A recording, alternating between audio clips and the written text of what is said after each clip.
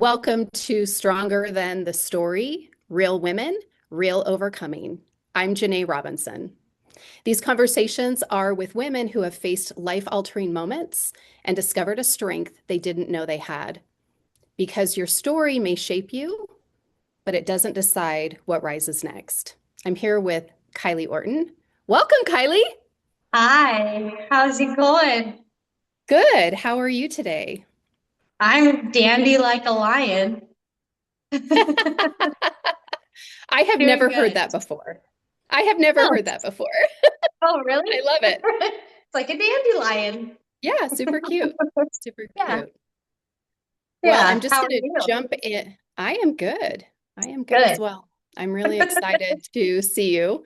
And Yeah. and also I'm just so grateful that you said yes to this project. Well, duh. I'm so down to do this. Awesome. Yeah. Awesome. So I wanted to start out with a question. I don't know if everybody knows, there's probably some people that don't know that you broke your back while skiing. And Yeah. And what did that moment take from you beyond the physical? Oh, yeah. At that point in time when I busted up my back, I I was like very hardcore into the skiing scene. Like in my head, I was like pushing myself to see like if I could potentially get like some free stuff from companies, because that was like when Instagram was on the rise. And so I really like pushed myself in that direction and enveloped my entire identity in it. Um, and so when I busted up my back, like all of that shattered. Everything that I thought like I could maybe pursue with it, like completely shattered. And then around the aspect of like being a skier and like someone who's trying to go after it a little bit. Also, too, like then, like women's skiing at that time, like there was a little bit more opportunity and the progression of the sport wasn't like as like gnarly as it is now. So it was just a different time frame. But I lost like that identity that I had attached myself to of like being a skier and also the identity to who I was as like just myself. Like my husband's a really avid skier. People know him. Like you could spot Ben on the ski hill at any point in time. And like when I busted my back, almost like my identity of like being Ben's wife, like kind of to like disintegrate because Ben's wife is a skier as well. So it was like this like multi like fracture moment of like so many identities that I And had like adopted about who I was as a person just shattered. and and this was before yoga, right? Oh yeah. Before, yeah, so Dude, this back in the day, I hated yoga. Like I was like, dude, there's no way. Like, and it's so funny because Ben was super into yoga before I was, and he would get me to try to do it. And like he put on a video and he'd be like, we're gonna do some yoga. And I'm like, okay.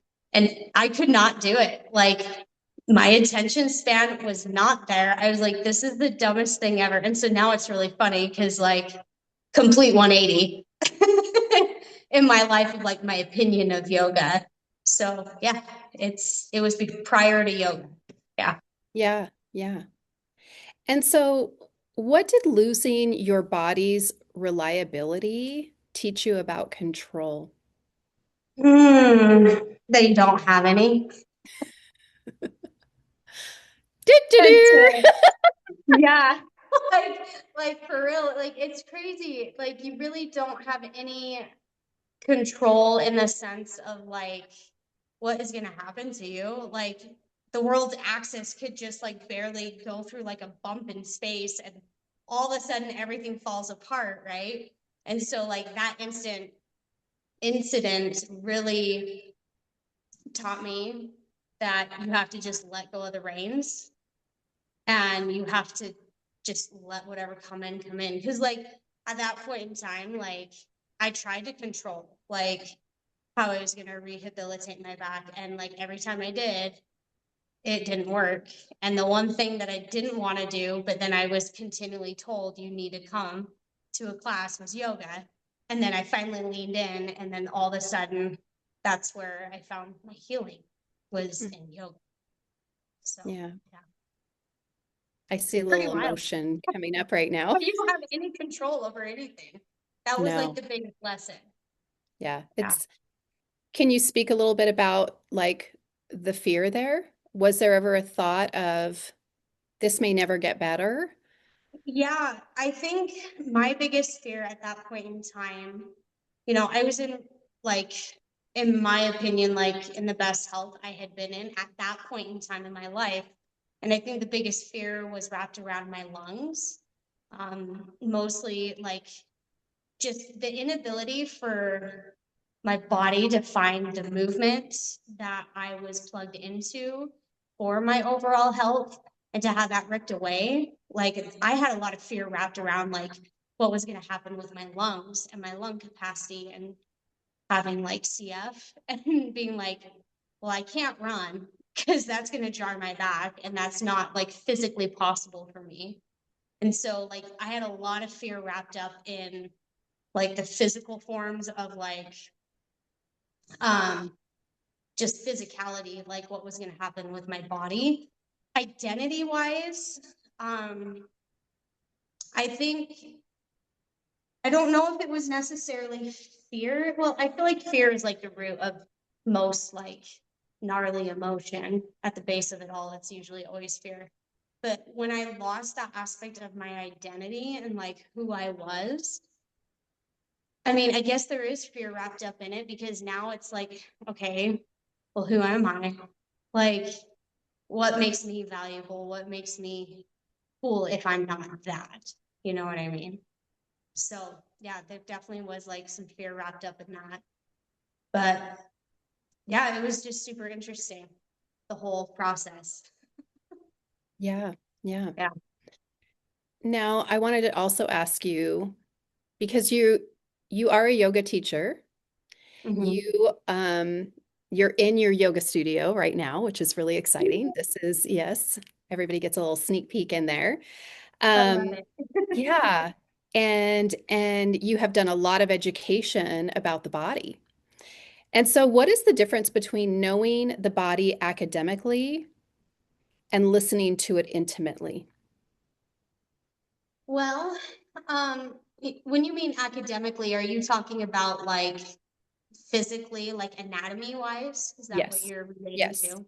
So I Yes. feel like the difference, anatomy wise, it's like I actually feel like I really connected with the anatomy, hence why I delved into it, right? Like it helped me become aware of like different parts of my body. Cause like when you bust up your back and they're like, oh, you have the herniated disc on L4, L5, and it slipped over and bulged to the left and right and smashed and pancaked out. You're like, okay, where is that? And like, what's going on with that part of my body?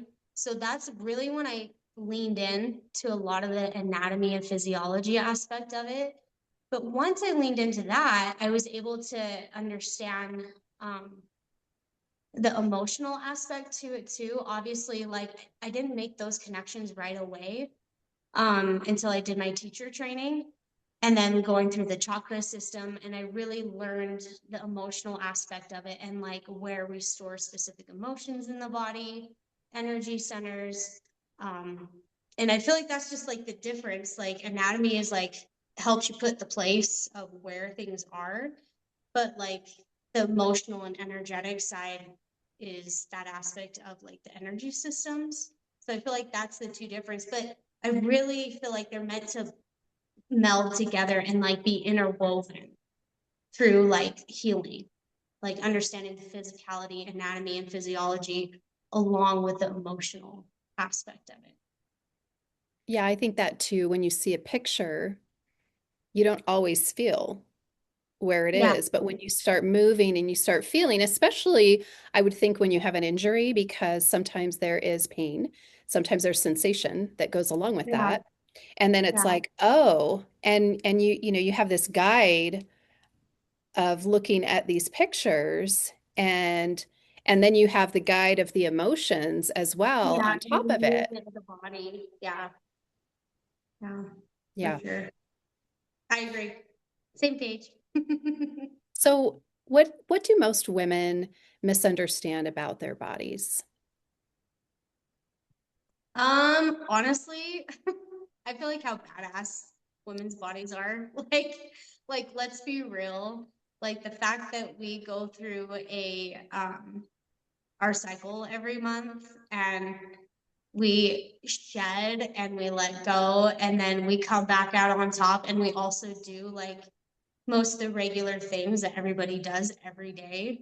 Like that in itself is pretty fascinating to me. Like our ability to like regenerate, I think that's really special. Like, I mean, we don't really witness that like on like the realm of like with a man, not to dog on the men, love them, love men.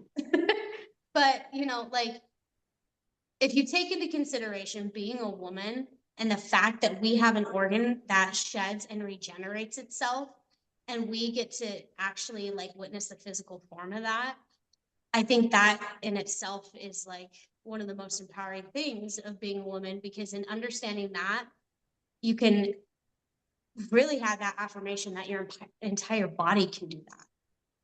Like That's all your beautiful. organ systems can do that. Your brain can do that, you know? And so I think really like that's just badass. Like I just don't, I think most of the time, like at least just with my interactions with friends and even like me speaking to some of my friends, like, oh, I'm on my cycle this month.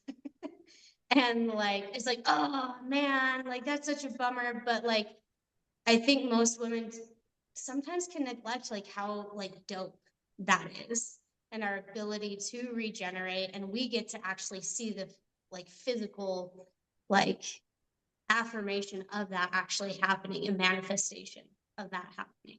And I think that's cool. Like I think that's something super special about women that like men don't get to experience. It is true. One time I looked up how many hours does a woman spend on her cycle in an average lifetime? And it was a lot of hours. And I thought, Wow. wow, and they're having headaches, they're having cramps, they're having fatigue, they're having calorie deficits, but they're still expected to show up to work, right? And to get through their Mhm. day. Uh, and it's like there's a lot of strength. And I love that you look at it as a celebration rather than a victim, Yeah, oh, and don't get me wrong. There's times that I'm like, oh, how slow, you know, like I have those little pity parties, but like I always do try to take time like throughout my cycle. Like there's that moment in your cycle that you reach that you're like, oh, thank God, like I'm releasing, because you can feel it. Like you can feel that release and like the energy just like going out of your body that you didn't really need to hang on to, the extra strain. And I think it's always like this beautiful representation for us women every month to be reminded of how good it feels to shed and to let go. Because once it's all said and done, you know, you feel like a goddess because you have like new regenerative like organ there that's all ready to go right. for the next cycle. Yeah. And yeah, like women are just so amazing and badass. Like that to me is really badass. And it is a portal of creation, right? It is a Yeah. portal of creation. So to have that renewing of that portal of connection or creation, um, I mean, boy, you could really go far with that, huh? Oh yeah. You Yeah. know? It's a wormhole that you could go down. And it's just fascinating. And I think us women just need to give ourselves more credit. Like, I mean, I always think about like when I'm up skiing and it's a really good powder day and the guys are ripping around and like I'm like, oh man, they're ripping. And then like I'm on my cycle and I'm still going and I'm still hanging, you know? Like I think that's pretty fascinating, us women being able to do that. And also women just taking the time to like have the reverence around it too. I don't know. Women are just badass. That's all. Yeah. And it is easy for us to forget that, right? It really Yeah, is go into easy. comparison and like, Yes. dogging on yourself because you're not feeling good. Well, no, no crap, lady. Like you're shedding an entire organ. Of course you're not gonna feel good. And all the emotional ties to that, right? Because Yes. like that's our emotion center. So I love yeah. that. Thank you. So I Yeah. wanted to jump into your breath awareness practice and how Mhm. important was that to help you through your healing? Not just in the past, but also currently, because you have CF as well. Mhm. So during this time, was a breath practice a big part of your healing with your back? Did that come later, Yeah. or Well, it was a big part, right? Because when I messed up my back, that's when I started taking classes from Lelaine Dellis.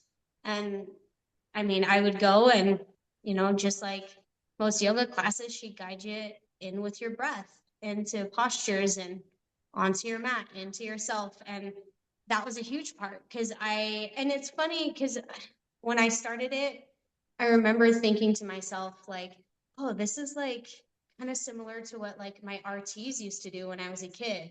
Like my respiratory therapist, they would take me through like breath work to help like calm and soothe my system. And it was kind of interesting making those connections. And I'm like, this makes sense that this is helping all around. Because when I would work with my RTs, like my lungs were really good, and then there was a time frame that like medicine advanced and they put more emphasis on breathing treatments and the breath work kind of got lost in like a time frame of my life growing up.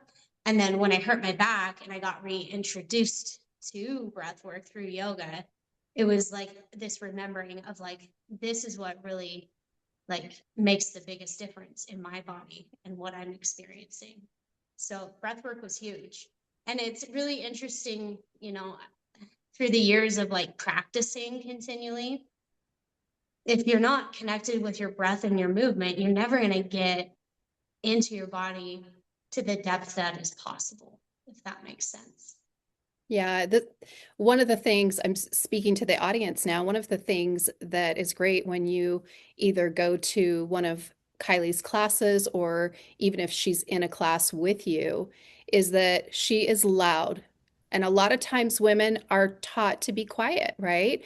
Don't Yeah. make noise, be quiet. And even when the invitation is there to really have an audible exhale, they don't take it.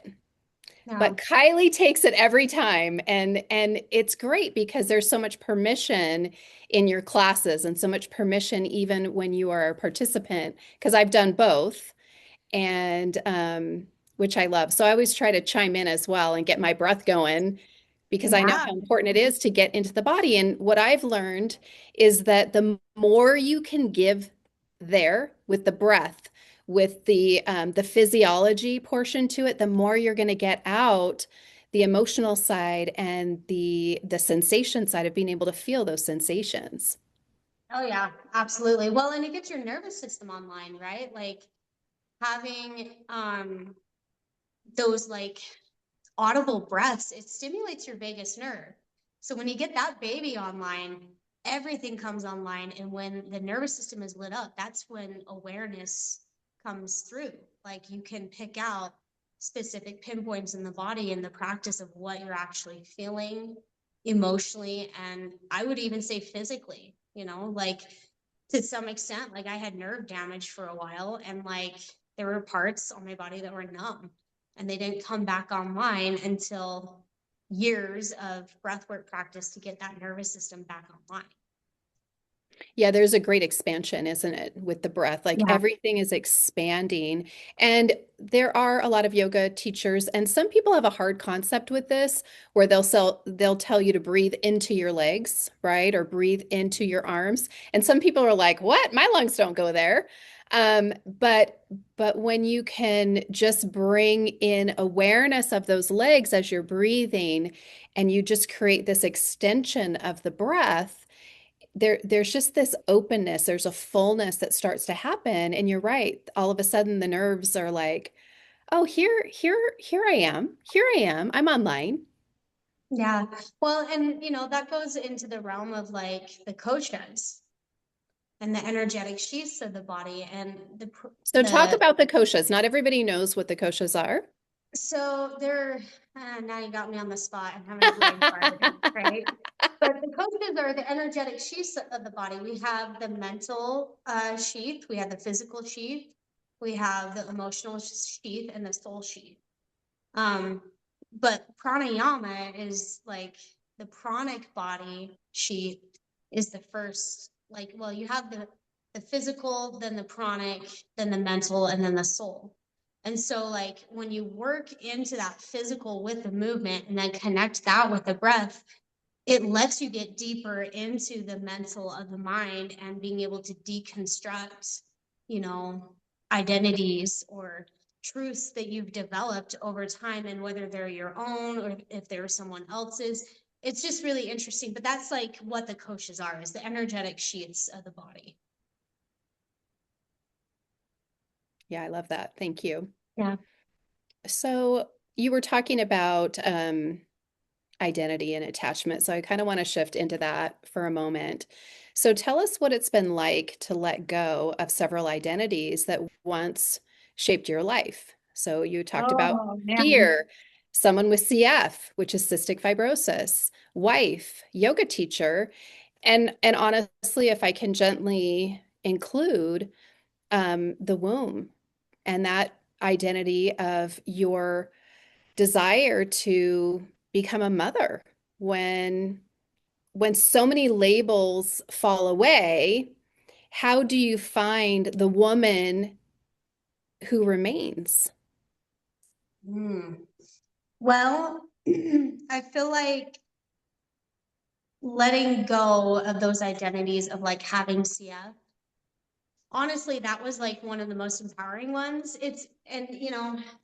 I'm whoever sees this, if someone's like, oh, this person has CF, I might get flack, right? Like from people in the CF community, because like if anybody talks about it, I feel like it's always about like, I have CF, but CF doesn't own me. And I like that aspect because it's not really identifying like fully as like it affecting you like emotionally. Um, but I feel like more than anything, like letting go of that identity of like I have CF, like it let go of like so much everyday fear that I would have constantly of like, oh, am I gonna die like in 5 years' time, in 10 years' time? Oh no, cold and flu season's here, like working myself up. And that was like, I feel like that identity that I had of like identifying my entire like life and personality around CF, I guess, like it melted away when me and my husband got married because his family's very into holistic remedies, like ways of like managing their health. And I started implementing that. And when I realized there were other options outside of just like, oh, I have CF and that means I'm always in the hospital, like it honestly gave me so much more freedom when I let that go.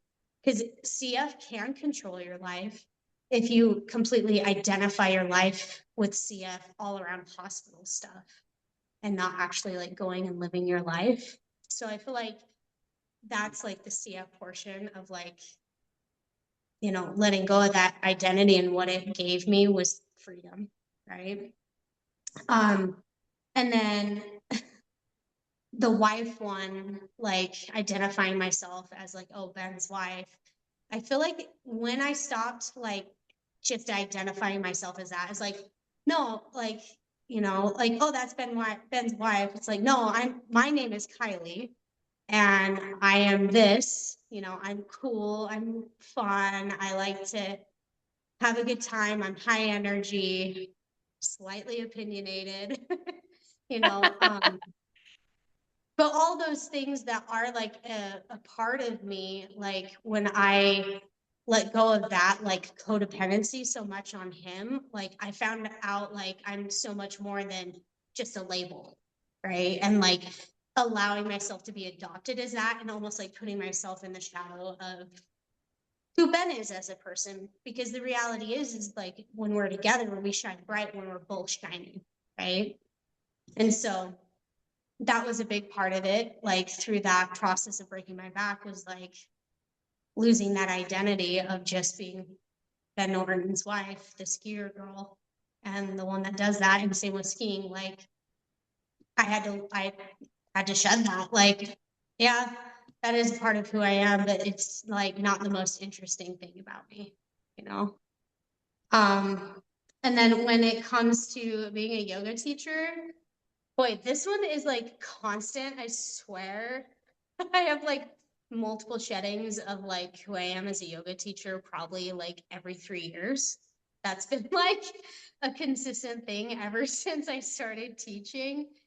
And I feel like every time I have like this like crumbling or like referencing tarot, right? The tower moment in my life, like in those moments, I just remember I'm a student. Like, and it's the best Wow. and most humbling Yeah. experiences. You know what I mean? Like, it's Yes. not, sure, I teach for a living, you know, and like I do it because I love it and I love sharing and I love helping other people. But like shedding that identity of like, that's who I am, it's actually not who I am. And I really am a student. And I I want to think, just have us sit in that energy for a moment. Like let's yeah, slow down, right? yeah, That's huge. yeah, That is huge. Huge. yeah. Huge. Because yoga can become an identity and it can Oh, be an totally. idolization as well. And I Yeah. just saw that you had posted something where, there were certain yoga poses that you couldn't do and you were showing like, Oh, that you yeah. couldn't do these yoga poses. But there are some that you can do that nobody else can do. And but you know what? It's like that's just the way it is with anything, right? So when we can sit and remind ourselves that I am the student. Whew. And that's really what drives me and has always drove me into yoga and being on my mat. And that's always been the drive of my teaching. Like I am a student. And over the years, I've taught at a lot of different places. And it's almost like all the places that I had taught, because it wasn't like my own space, um, I feel like I got caught up like so often in this identity of like, I'm Kylie, the yoga teacher. I teach hot yoga. I teach vinyasa. I teach power. I teach all these crazy things. And it's always I can recognize my own patterns in the sense that like being a yoga teacher, I usually every 3 to 4 years, there's a tower moment and it's like, get back on your mat and be a student. And I would say this past year was that for me, especially opening my own space, like, Oh and I'm yeah. so grateful because it's like it's taken time to get people to know where we're at and, to get just some regular classes going. But it's been the greatest thing for me in my teaching because I'm reminded I'm a student. So like those times that I show up and nobody's there for a class, I get to be a student and I get to like learn again and become refamiliared with the practice. And in return, that like helps my classes so much because I can pull from personal experience. And when you pull from that personal experience, like through your own practice, that's where the magic of the teaching is because it's so genuine and real and authentic. And this past year has been such a blessing because it has been that tower moment, this crumble, and I've lost people. Like I've lost friendships. I've lost students that, and that were like, yeah, I'll follow you. And they didn't, and so like the tower moment of like, I'm always a student. So letting that identity go of me as a teacher has been huge because it lets you go into that process of like that crumble of the identity to help you find who you really are, like as a teacher or even just as a just genuine human being. So Well, and the other thing that I hear you talking about is that life is cyclical. There are Oh, these cycles totally. and these rhythms that Yeah. happen. And even with the individuals that say, oh, I'm going to be there, like it's cyclical for them too. Like, there's all these different components that are going on, but so often we can put our power into somebody else's hands, right? And then it's like, Yeah, and then you what don't am I have going any to do now? control. Yeah. And that's where, again, I'm the student, right? I'm the student.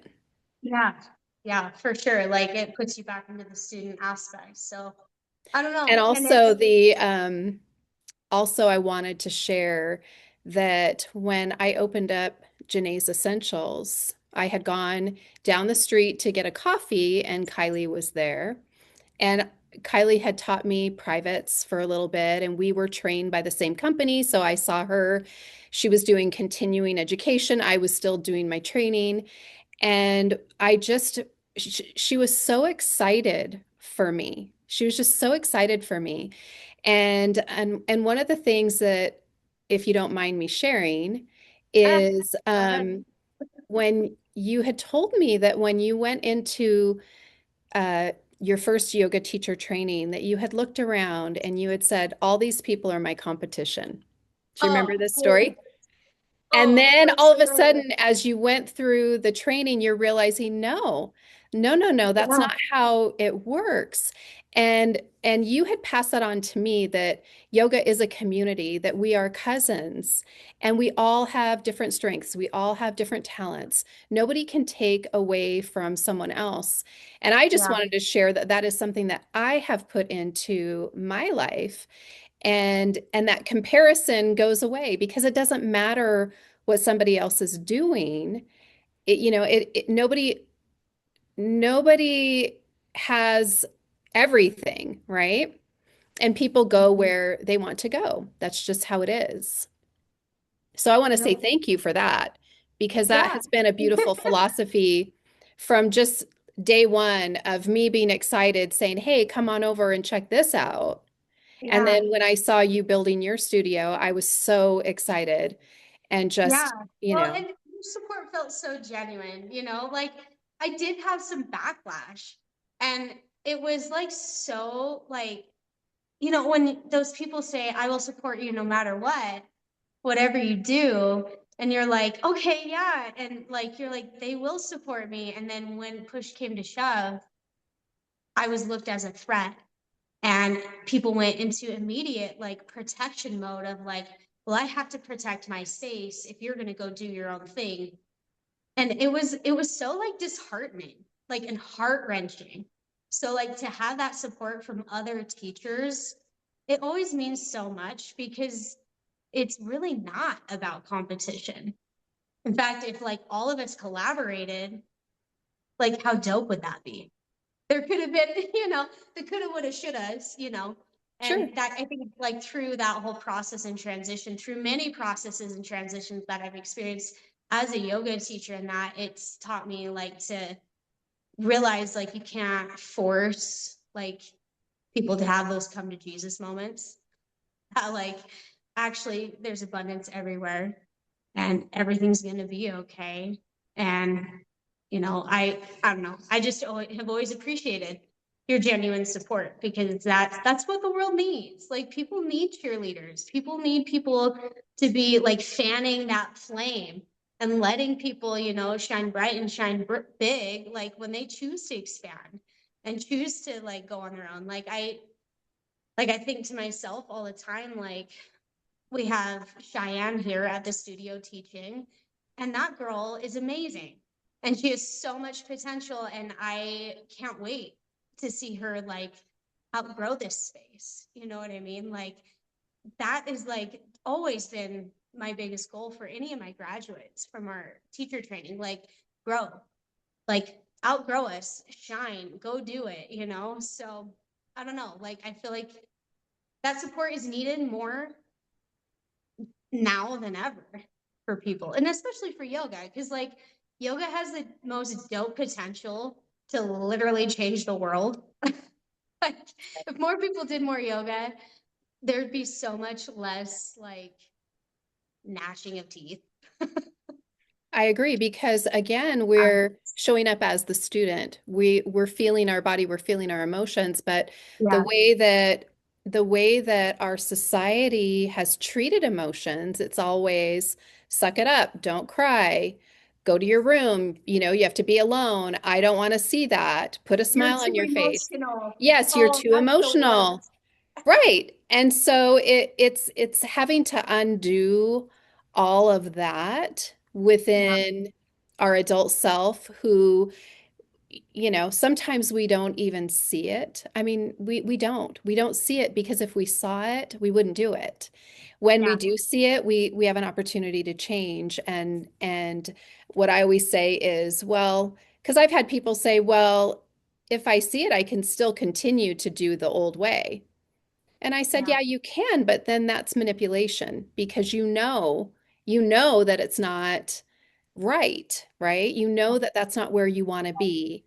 And yep, so now sometimes there's damage control because when you are presented with a situation, we don't always know what to do. We don't always have the language. We don't always have the guts or our nervous system is not in the right place yeah. because It's we're freaking out. dysregulated. Yeah, right. So Yeah. there's all these things that are going on and and I often think about um, a lot of times people just think there's something wrong with me. I can't handle this, but really you are handling it. You're starting to feel there are these things that you're starting to feel, but because of our conditioning, we've been told, no, we have to be prim and proper and confident and contained.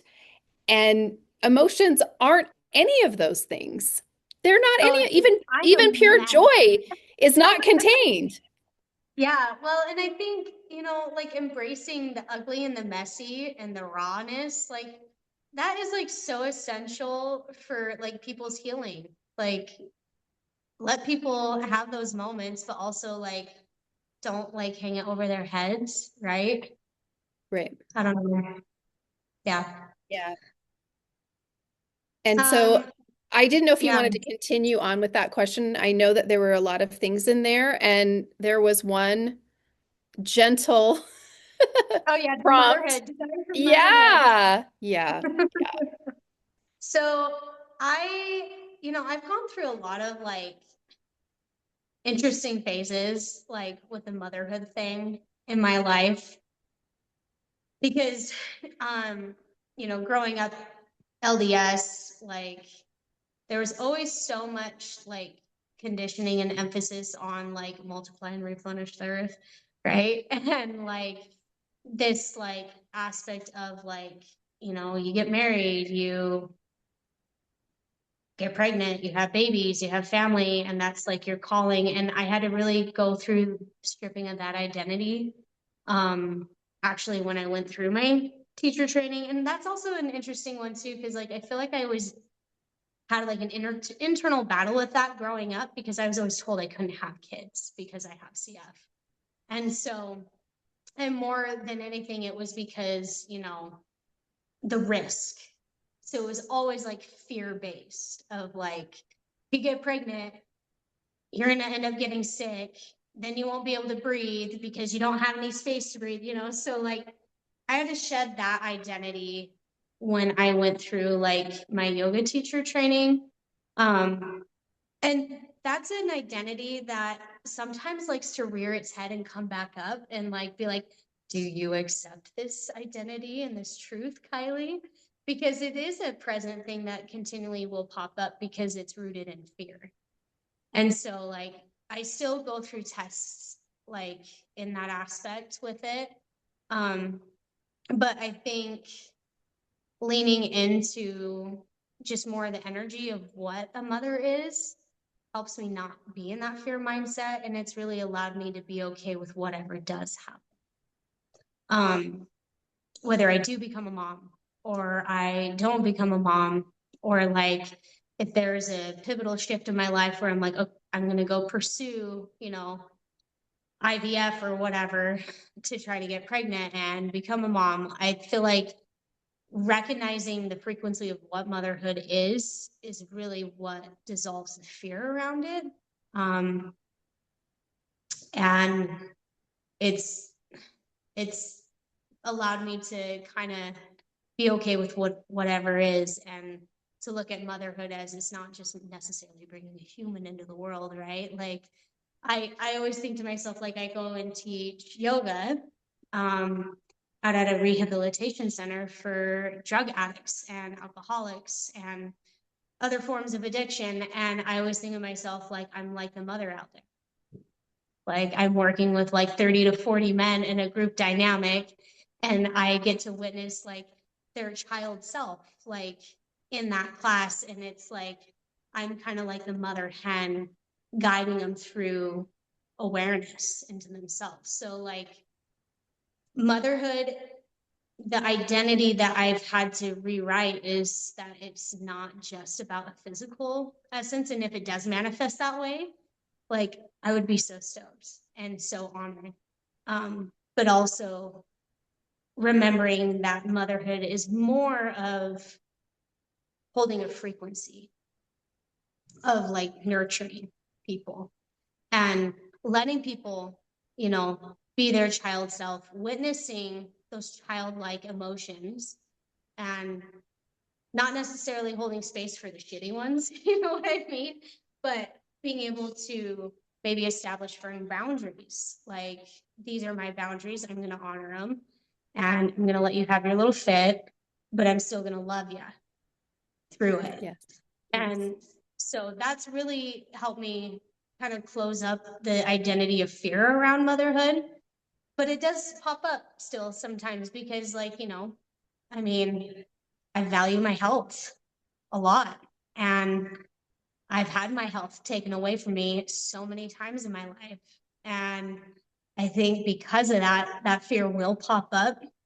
And it's always, you know, one of those things that I have to be like, oh, hi, that is scary, but let's just remember like what motherhood actually is. And if you can hold that frequency, God will bless you with a pregnancy, you know? Yes. Mm-hmm. So, yeah. Yeah. Beautiful. Thank you. Yeah. So, what happens when the label you built your life around dissolves? We talked a little bit about that in kind of each of those scenarios, but you know, when you start letting go of the roles of performance or being needed or the stories of betrayal, um, is overcoming really about becoming someone new, or is it about the courage to unbecome what you thought you had to be? I actually feel like it's remembering who you actually are. I think it's more of remembering that you are love embodied. You know what I mean? I don't think it's necessarily like creating a new self, creating, you know, a new identity, because we really were born perfect. And it's just remembering that soul essence of what we actually are. Beautiful. And that I can see that because again, when we start to create a new identity, we're just doing the same thing over again, Yeah, right? We're just it'll putting be a loop. the ego in Yeah. front. Yeah, it becomes a loop. And so, Yeah. yeah, remembering who we already are. Yeah, I love Yeah. that. So this question's a little bit long, so I'm actually going to read it because it is a long one. So if a woman feels her identity collapsing right now, where should she begin? What is one practice a woman could start today? One identity to gently loosen, one truth about the body that every woman should know.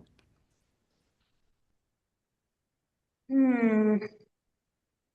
Well, first and foremost, if you're having that tower moment, bubble baths are necessary.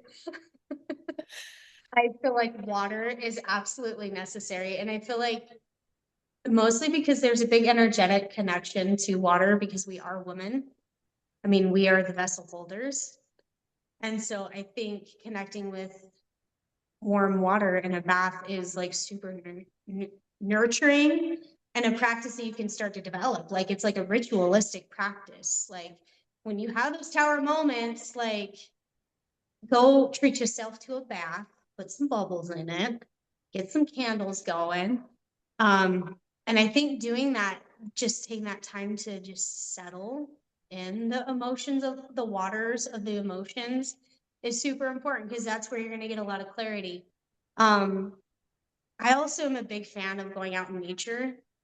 Like, it's so grounding. And I feel like when you step into like the forest, it doesn't care who you are. It doesn't care, like, if you're a yoga teacher, a studio owner.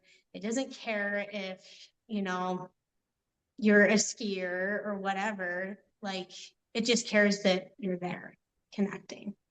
And so I feel like in that aspect, it's just neutralizing from the nervous system. But I think it reminds you of like the innate simplicity of what it is to be a human. And when we remember that, that's when we remember who we are and what we're actually supposed to be doing. And I think we get a lot of clarity from that. A practice that women can start is yoga. Duh. Yoga. And I think women really benefit from it because, the swaying, the moving, like moving your body is so nurturing. Don't get me wrong, men benefit from it too. But especially as women, like, it's so beneficial to initiate a yoga practice. And that can look like, yoga nidra, just starting with yoga nidra. It can look like, hatha yoga. It can look like, a breathwork class. I think those things are super necessary. And it's, to an extent, once you learn it, it's free and it's available for you at any point in time. And it's just nurturing, and it will support that practice of returning to yourself every single time when you are second guessing yourself, or like things outside of you are crumbling down and you're just standing there like, what the hell is going on? But if you were to actually close your eyes in that moment, that's what's actually going on, and I think letting go of the identity others create for you. Like, Oh my how gosh, yeah. often, yeah, how often, like, do we, even just like a compliment, someone can give you a compliment and you're like, oh, I like that, I'm adopting, or even, a negative, like, identity that someone like tosses at you, like something that's not even a truth, but you adopted it, right? Like, one of the ones that I'll tend to say is be like, oh, I don't know, maybe I'm an asshole. And that in itself just goes to show that there was a part of me somewhere that adopted the truth that I'm like an asshole. I don't know that specific one. I'm still Yeah. unraveling that one. Yeah. Yeah. Like letting go of those identities that are constantly coming at you, whether good or bad, because it's just information. And the only thing that is real and true is through your own lens and experience. What was the last question? It was one truth about the body that every woman should know. How smart it is.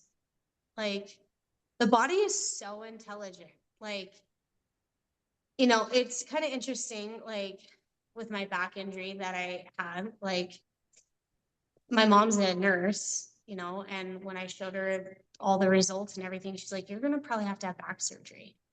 And she's like, this might be a whole thing, but also, like, it's amazing that you're doing so well. Like, not doing so well, but like hindsight, like after my practice and I started getting better, she was like, that's unreal that your body regenerated. She's like, but it makes sense, with breath work and yoga and what breath work does for the cells to help the body regenerate. So I think just remember how intelligent the body is and how remarkable it really is, and its ability to regenerate and heal. Like, we're never broken, like the body can mend itself back together, either physically right? Emotionally, you can mend yourself back together. Mentally, you can mend yourself back together, and it's totally possible. And it's just merely trusting that the body is smart and it is intelligent and it has that capability, but you have to lean in and trust that process that it can do that. So if overcoming is a doorway, what's on the other side? Freedom. Let freedom ring. You know, like Yes, for real, like that's on the other side is freedom. I love that. That's one of my core values is freedom. Me Definitely. too. Is it?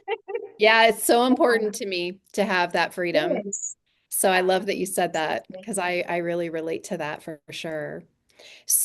So tell everybody where you are with your back. Are you back skiing? Like what are you doing? What are you Oh yeah. doing? Yeah, I still ski. I'm not like, I let go of chasing like that, like, identity of being like the skier chick, like, oh, look at her. As soon as I bailed on that identity, I really delved into the aspect of I just love skiing. Like I'm up there all the time, riding, launching myself off of jumps, eating crap, getting up, still going, I mean, I still am doing it and I love it and I want to do it for the rest of my life. I want to be like the old 90-year-old lady up on the ski hill, like kind of like getting after kids for like getting in the way or something. Yeah. So I'm still doing that. I am still teaching yoga and since this transition of being in my own space, it's been rad. I've been able to dive deeper into my own like personal asana practice. So I'm still exploring my edges in my practice and that's always been like a thing that I love, you know, like just peeking over the edge and seeing what's there and possible. So Oh I'm yeah. still, delving into that and getting back into it. Like there was one point in my practice, I was like at my peak, and then distractions come and it pulled me out of that student mindset and put me into just like a teaching position. And, I kind of got lost for like many years in that. And my personal practice, like, kind of suffered from that. And so, yeah, still hopping on my mat, practicing, hiking in the summer, foraging. Yeah, like everything's super good. And, you know, I just feel really blessed, like to have the freedom that I have to do what I love to do and to be well while I'm doing it. Absolutely. And if Yeah. somebody were to want to find you, how would they find you? Well, social media. You can follow us Tell us what it on, is. Yeah. yeah, right?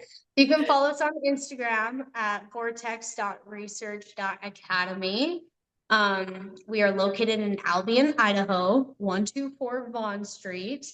And we're right behind Mount Mama's Coffee. So, like, come to yoga class, walk over, get yourself a coffee. Summertime's fun because you can walk over to the Mercantile and get homemade ice cream that's made in house.